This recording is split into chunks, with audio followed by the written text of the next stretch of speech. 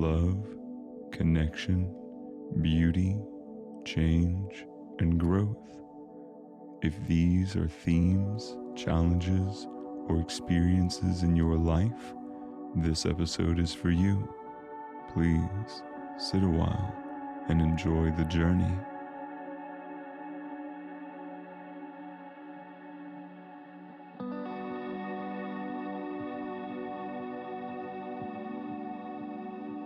Hello, and welcome to Inner Bloom Meditations, a podcast for all the things that help us reflect, understand, love, and grow.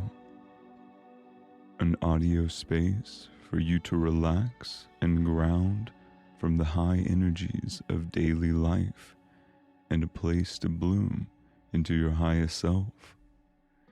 Today, we're going to be continuing our journey through Khalil Gibran's masterpiece, The Prophet. Over our last episodes, the ones that weren't affirmations, we followed our protagonist, the Prophet himself, as he went on a beautiful journey through his own emotions and into a place of empowerment, then finding himself torn as he walks through the city, preparing to say goodbye to the ones he loves. Al-Mitra, the seeress, arrives to bless his parting and asks him to share his wisdom before he goes, saying he should speak of love, a perfect theme for this week's Valentine's Day episode. So, without further ado, let's dive into the beauty of Khalil Gibran's The Prophet.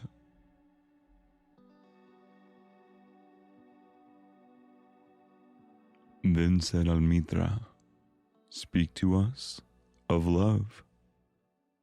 And he raised his head and looked upon the people, and there fell a stillness upon them. And with a great voice he said, "When love beckons to you, follow him, though his ways are hard and steep.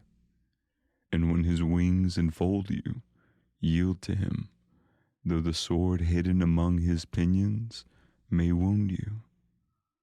And when he speaks to you, believe in him, though his voice may shatter your dreams, as the north wind lays waste the garden. For even as love crowns you, so shall he crucify you.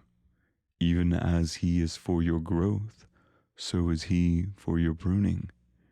Even as he ascends to your height and caresses your tenderest branches that quiver in the sun, so shall he descend to your roots and shake them in their clinging to the earth. Like sheaves of corn he gathers you unto himself. He threshes you to make you naked. He sifts you to free you from your husks. He grinds you to whiteness and kneads you until you are pliant. And then he assigns you to his sacred fire, that you may become sacred bread for God's sacred feast. All these things shall love do unto you, that you may know the secrets of your heart, and in that knowledge become a fragment of life's heart. But if in your heart you would seek only love's peace and love's pleasure, then it is better for you that you cover your nakedness and pass out of love's threshing floor into the seasonless world, where you shall laugh, but not all of your laughter, and weep, but not all of your tears. Love gives not but itself, and takes not but from itself. Love possesses not, nor would it be possessed, for love is sufficient unto love. When you love, you should not say, God is in my heart, but rather, I am in the heart of God. And think not you can direct the course of love, for love, if it finds you worthy, directs your course.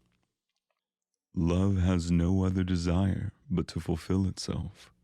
But if you love and must needs have desires, Let these be your desires, to melt and be like a running brook that sings its melody to the night, to know the pain of too much tenderness, to be wounded by your own understanding of love, and to bleed willingly and joyfully, to wake at dawn with a winged heart and give thanks for another day of loving, to rest at the noon hour and meditate love's ecstasy, to return home at eventide with gratitude, and then to sleep with a prayer for the beloved in your heart and a song of praise upon your lips.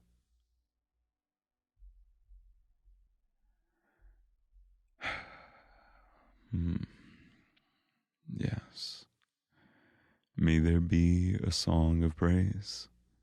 First, let me praise and thank you for being here and for letting me share the beauty of this book with you. I hope I'm doing it justice and that it's shining the same brilliance into your life as it has mine, as it does mine still, even now. Now that we've been exposed to this beauty, I invite you to take a little time gathering your thoughts, reflecting, or even journaling what might have come up for you, especially if this was your first time hearing this or reading this. There's something magical about that first exposure and what arises within us then. So please, feel free to pause, and then we'll begin to explore these words and their beauty in depth together. Well, I'd like to approach this exploration one stanza or paragraph at a time. So let's begin with the first. As Almitra gives us the word, the door, and the spark that is the idea of love, Al-Mustafa raises his head, looks upon the people, and speaks with a great voice, bringing power, stillness, and love to the people. He says that when love beckons us to follow him, though his ways are hard and steep, from there he expands on the ways in which love is both a thing that is gentle and beckoning, and also powerful and challenging, just as our opening paragraphs of the book walked us through the prophet's joy and his struggle, finding beauty and goodness in both. Al-Mustafa again challenges us to see the beauty in all things, including love's pleasure and love's pain, its tenderness. He describes love as a person who beckons, who enfolds us in his wings and speaks words that we can believe, that we can trust. Then he juxtaposes these with saying that his ways, the ways of love, are hard and steep, that the sword beneath the wings may wound us, the voice may shatter our dreams, but even these challenges point to beauty and love's desire for our greatest good, for our highest self, and our deepest unfolding. He says not that love is hardened to us nor far away, but that his ways are hard and steep. And this reminds me, I think, of a mountain. The way in which a mountain offers us a challenge, a chance to come closer to the heavens, to better see the world around us, and better know the world within us. The mountain, love, is also in our inner world, a place to climb and find solace and freedom, or the chance to truly know ourselves, as the mountain represented in the game Journey, another masterpiece in its own arena. It is exactly the hardness and steepness of these mountains that offers us such gifts as insight and knowledge. And then he says, the voice which may shatter your dreams. And are there not dreams, ideas, and fantasies which we have created or held to that do not truly serve us? Sometimes, though certainly not always, these visions of how things should be can blind us to our highest blessings, can prevent us from living in and loving the present moment and finding the beauty in reality just as it is.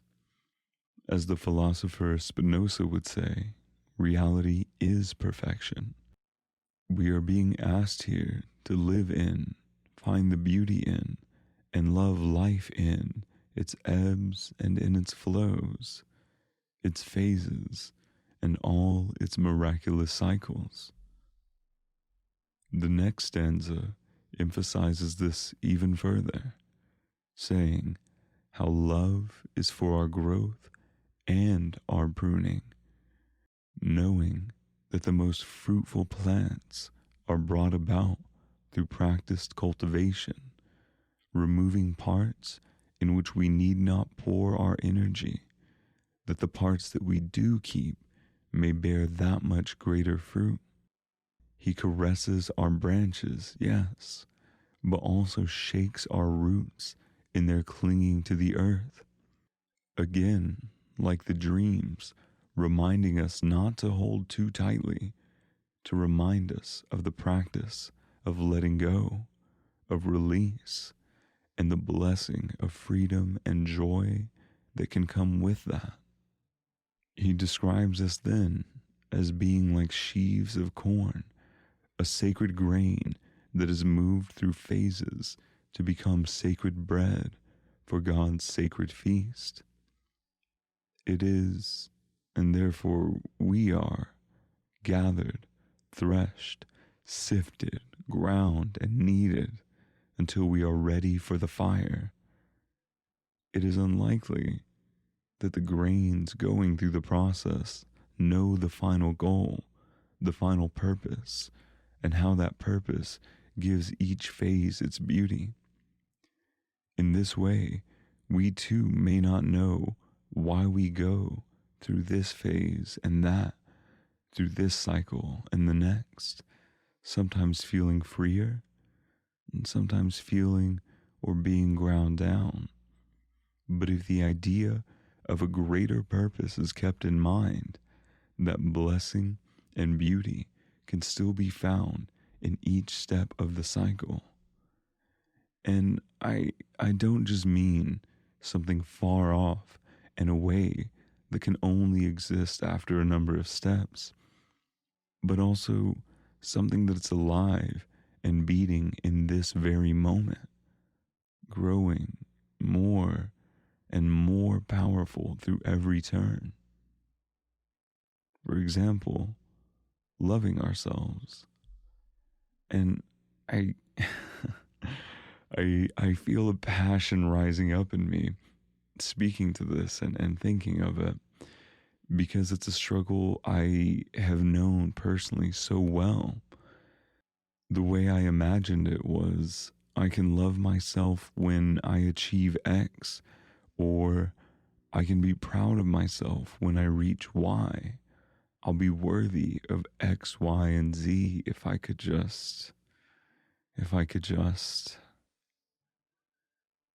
But I was holding my own love hostage from myself, saying that I could only earn it, receive it, feel it, deserve it when I reach this step or that step, right? In working through that experience, a question I've brought ritually into my life is, in those heavier moments, asking myself, and you can ask yourself this too, but can I still love myself? Can I still be kind to myself?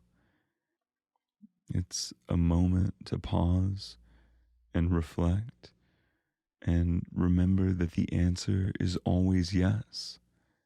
In some way, shape, or form, we can offer love or kindness to ourselves, be it a breath, a kind word, a boundary, or finding or creating a safe space. And through these repeated experiences of challenges that show us to ourselves, we have opportunities to get better and better at loving ourselves in those difficult moments. Just like the athlete who challenges themselves by going further or for longer, traversing harder terrain, lifting the heavier weight, whatever it may be, that increase in difficulty leads to an increase in ability. That repetition weaves it into their experience like muscle memory.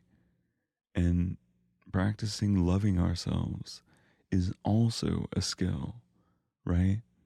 One that we can practice, one that we too can teach ourselves to have as automatic reaction, like a muscle memory for the heart. So sure, there may be some game or tournament down the line for the athlete, and we will be made sacred bread at some point. But even in each of these moments, there is the opportunity for an achievement of sorts, for the success, for love, and for presence. And I claim that for all of us, right? May we live in love, and may we live a life in love with ourselves every day. It feels good to claim that, to know that that is ours, that that is mine and that is yours, that experience, that ability, that capacity, and that reality. I I feel like I got a little caught up there, um, almost forgetting about our poem. But this is the point, right? To find those things which spark a fire, which open the heart, and which cause our desires to flow like fountains. In fact, in this next very short stanza, he says just that thing, that all these things which love does unto us is that we may know the secrets of our hearts, and that that knowledge may lead us to become a fragment of life's heart. As this beautiful poetry, in reading it to myself and to you, it awakens and shows me more, reflects to me more certain passions and sensitivities and loves, right? Showing me to myself. Feels good, and I feel grateful, right? And I hope in reading it to you, right, it shows you some part of yourself that these words resonate in these ways, or rather in those ways, in your ways, right? And I feel grateful for these ways in which it reflects. And also these challenges in life, they reflect me too, showing me my heart's secrets. Who am I? And what pours forth from me in moments of difficulty? And can I still love them? Can I still love me? Can I still love you? Yes, yes. You, me, this, and that. We are all fragments of life's heart, and we need not create love, but simply step out of the way of its flow. And I, I know I say simply, but sometimes it doesn't feel so simple, and that's okay too. We must all meet ourselves exactly where we're at, and if we can, love ourselves there, and we always can. I hope you know I'm sending love your way, and that the blessings wrap you in warmth and in light, even in those challenging moments, especially in those challenging moments. Mm-hmm.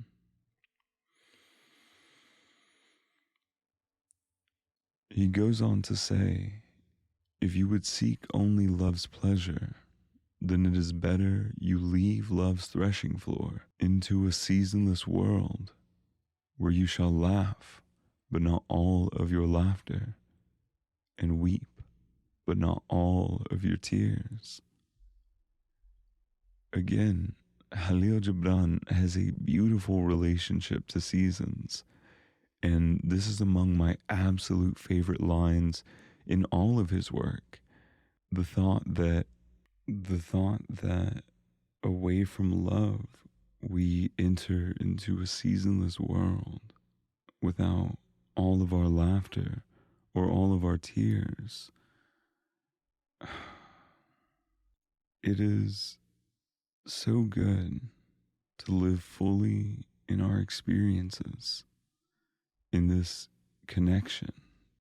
It is so good to have the autumn and the winter in which things fade and fall and leave, setting the stage for the explosion of life we know as spring, giving contrast that highlights the warmth of summer, winter, which causes us to come closer, to connect in the warmth of our homes and in the company of good friends and loved ones. Another phrase that he uses that absolutely floors me, along with his relationship to the seasons and the words he puts to it.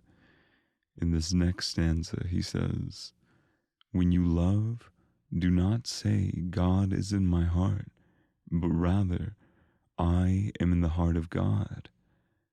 As Rumi said, your task is not to seek for love, but merely to seek and find all the barriers within yourself you have built against it.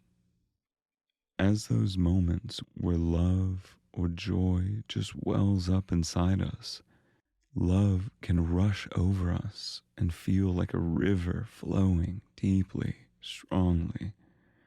And with practice, this experience can and does come more into daily life. I would love, though, to take this concept and make it less abstract, less ethereal, and thinking of not thinking of love and barriers to it as complex philosophical or psychological things, right? I think that there are many very accessible and very tangible ways we can interact with love and with those barriers in this way we're talking about it. So let me speak for myself and my own experiences, right? And I share this in hopes, again, that maybe something in these experiences and in these words can resonate with you. So, again, speaking for myself, I know that spending too much time on my phone does not feel good. Maybe it does in the moment, right? In that instant gratification, but in the end, it doesn't. And that can often lead to lead to the opening of doors of self-deprecation. And I know that running late to things can lead to feeling stressed and engaging in negative self-talk with myself the whole way there. Or that giving myself little sleep can make anxiety that much harder to keep at bay.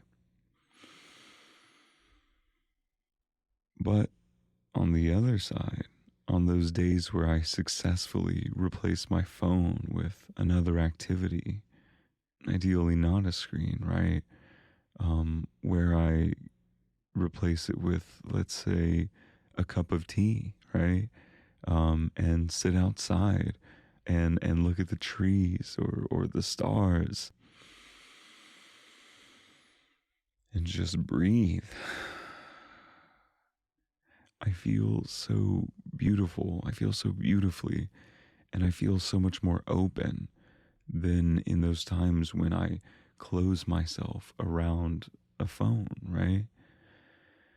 And when I set myself up for success to arrive on time or early, right? That battle for self-talk or negative self-talk is so much easier, if no longer a battle at all, honestly, but instead just a window of time to enjoy music and feel good, right? That when I sleep well, right, that sleeping well almost always leads to funnier and more fun conversations throughout the day, connections with those around me, and just general joyful experiences because I'm more full of energy. And I know that I'm speaking from a more personal place with these experiences, but I also I think a lot of this has some universality to it, right? As beings of light, right? As creatures that have existed in deep and beautiful, harmonious relationships with light, right? And not even speaking metaphysically, if you will, speaking to anatomy and physiology, right? If there are any Huberman lab listeners or fans who have read his research or heard it on, or if not his research, his sharings on the impact that sunlight and light has on our daily cycles, that we can step outside into sunlight in the morning and it causes large biochemical changes in our body, right? That just cannot essentially be replicated by synthetic or artificial lights. It's really phenomenal stuff, and really, really opened my eyes, if you will, to just how deep and true our relationship to light is. Right? We are like plants in that way, right? We are like those plants in the garden that are being pruned, and it's good to exist in that cycle and in that way. And comparing us to plants again, right, in this relationship to light, and to the sun and to the cycles, I think I would also like to double back and revisit a line that I mentioned earlier, but didn't necessarily expand on, which is his comparison, when he says that love's voice may shatter your dreams as the north wind lays waste the garden, right? And I I think it has a lot of power and potency that we can revisit in that same manner, right? Of the voice that shatters our dreams as the love shaking our roots in their clinging to the earth. There's some unfolding and some wisdom in that concept of the wind which lays waste the garden, right? I think on first read or first listen, it may feel as though that is automatically a bad thing. Again, right? Like the shattering of dreams, we may just feel that or hear that and have a negative connotation, right? But there is an insight here in this concept of the garden, and I think one that really applies to this podcast, actually, inner bloom, with our image being the flower, and in our very first episode, episode 0, discussing what seeds do we have in our gardens, and what are we planting there. So when this wind comes forth and lays waste the garden, right? Has this garden been tended to, right? Is this a garden that has had love and care and attention and intentionality, right? Is that the case with our gardens? I would venture to say, I can certainly speak for myself, but I would venture to say for a great many of us, especially depending on the phase of our lives, a lot of those seeds were not chosen by us or planted there with full intentionality. Maybe they were the only seeds we thought of we had available at the time. Maybe they were the only seeds we were being shown because they were the only seeds that our parents knew, or that our family knew, or that the cultures and societies that we were brought up in cared to teach us, or knew to teach us. And so it can also be a good thing that that wind comes in to lay waste the garden. And even if it doesn't, right, we here living in love and with love have that thing which is for our growth and for our pruning. We are for our growth and for our pruning, especially with the knowledge, right, that pruning is in fact part of the growth, right? The cutting off here diverts energy there. And so we intentionally manifest these different parts of our lives via the plant, via the flower, via the fruit, right? And what's beautiful about that is the fruit is then also something that brings seeds out into the world. So by cutting here, we not only create growth in ourselves, but the potential for growth in the world. And that, it's beautiful. That's beautiful. It really does feel good to record this and to speak this and get to exist in this channeling of energy. And I would love to channel a little bit more into inviting new words into this discussion of these ways in which we love ourselves, right? These ways of pruning ourselves and tying that back to the removal of barriers against love, right? In those things that I shared that certainly help me, that I feel can help others, those are practices of pruning in a sense, right? Smaller practices, but nonetheless. And so those removal of distractions and allowing more space for sleep and for presence, those I think fall under a category of love that is can be called self-discipline, right? The removal of instant gratification and the engagement with delayed gratification, the acknowledgement, like those phases that we spoke of earlier, of all the phases that we are going through and where we are going to reach. So, in discussing how to, or that we can, feel and practice love in every phase, right? We can also embody that love in the practicing of discipline, right? Of if we know that we need to be sifted in this phase, and that will be for our highest good, then not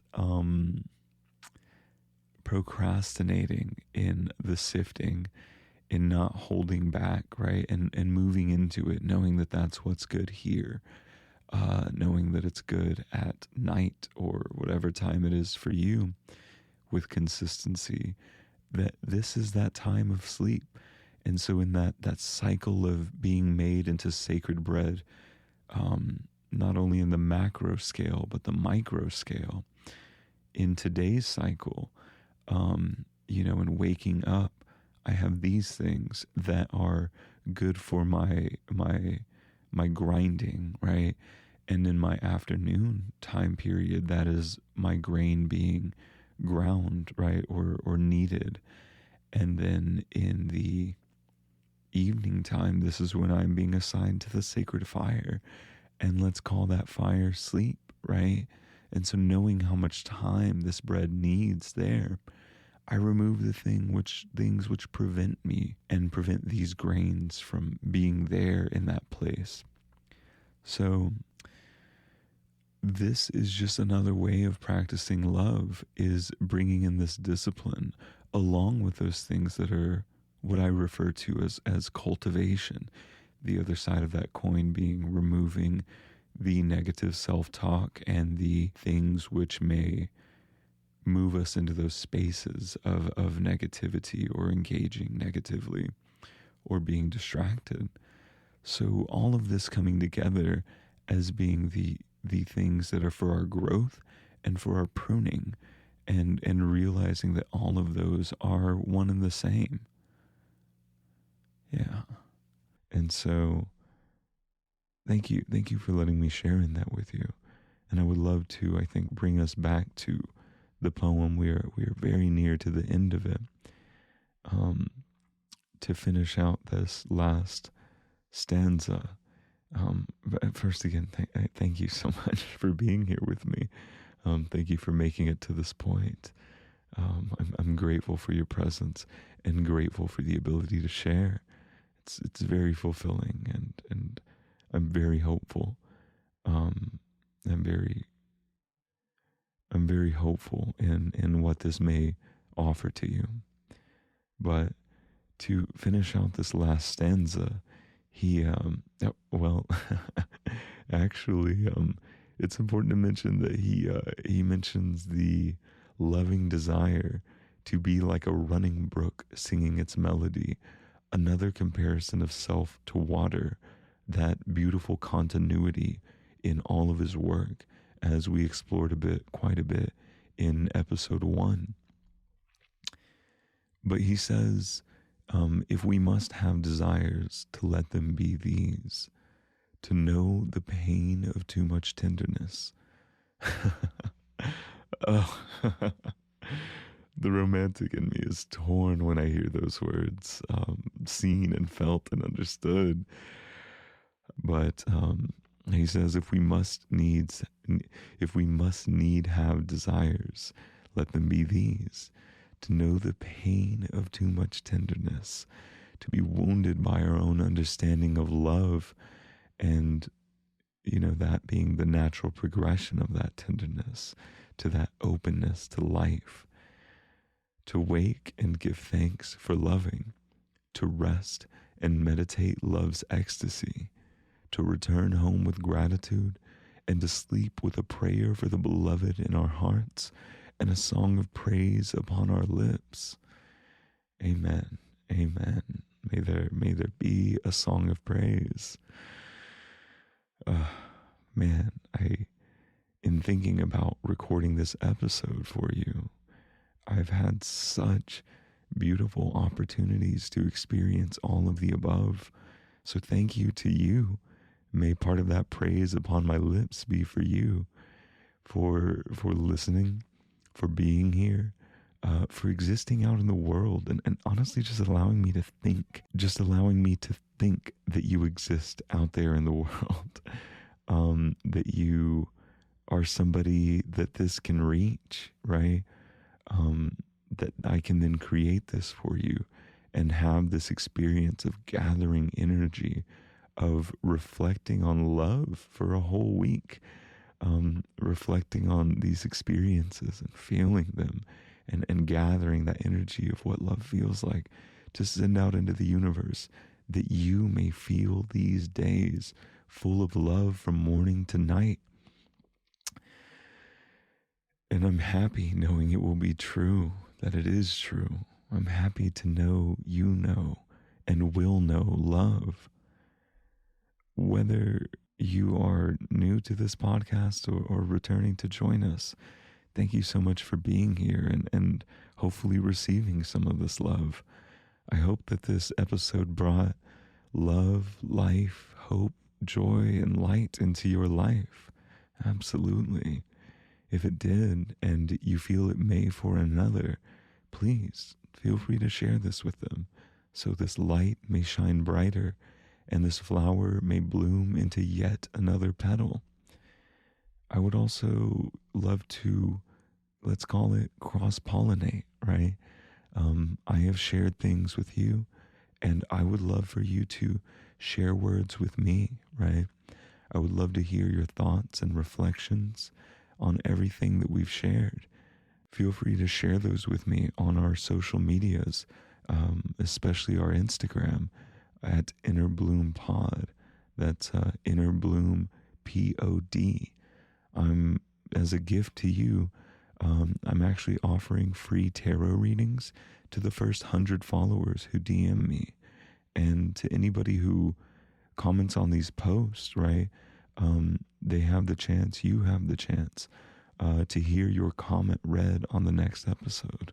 So please share your story, share this energy of blooming together.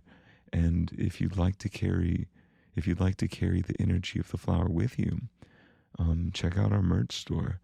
I have designed some really cool stuff. Actually, I got my first shirt and hoodie and begun wearing them, and they're super comfortable and just I think very aesthetic. And I've infused them with words of affirmation, things to empower me and you and all of us. So feel free to go and check those out.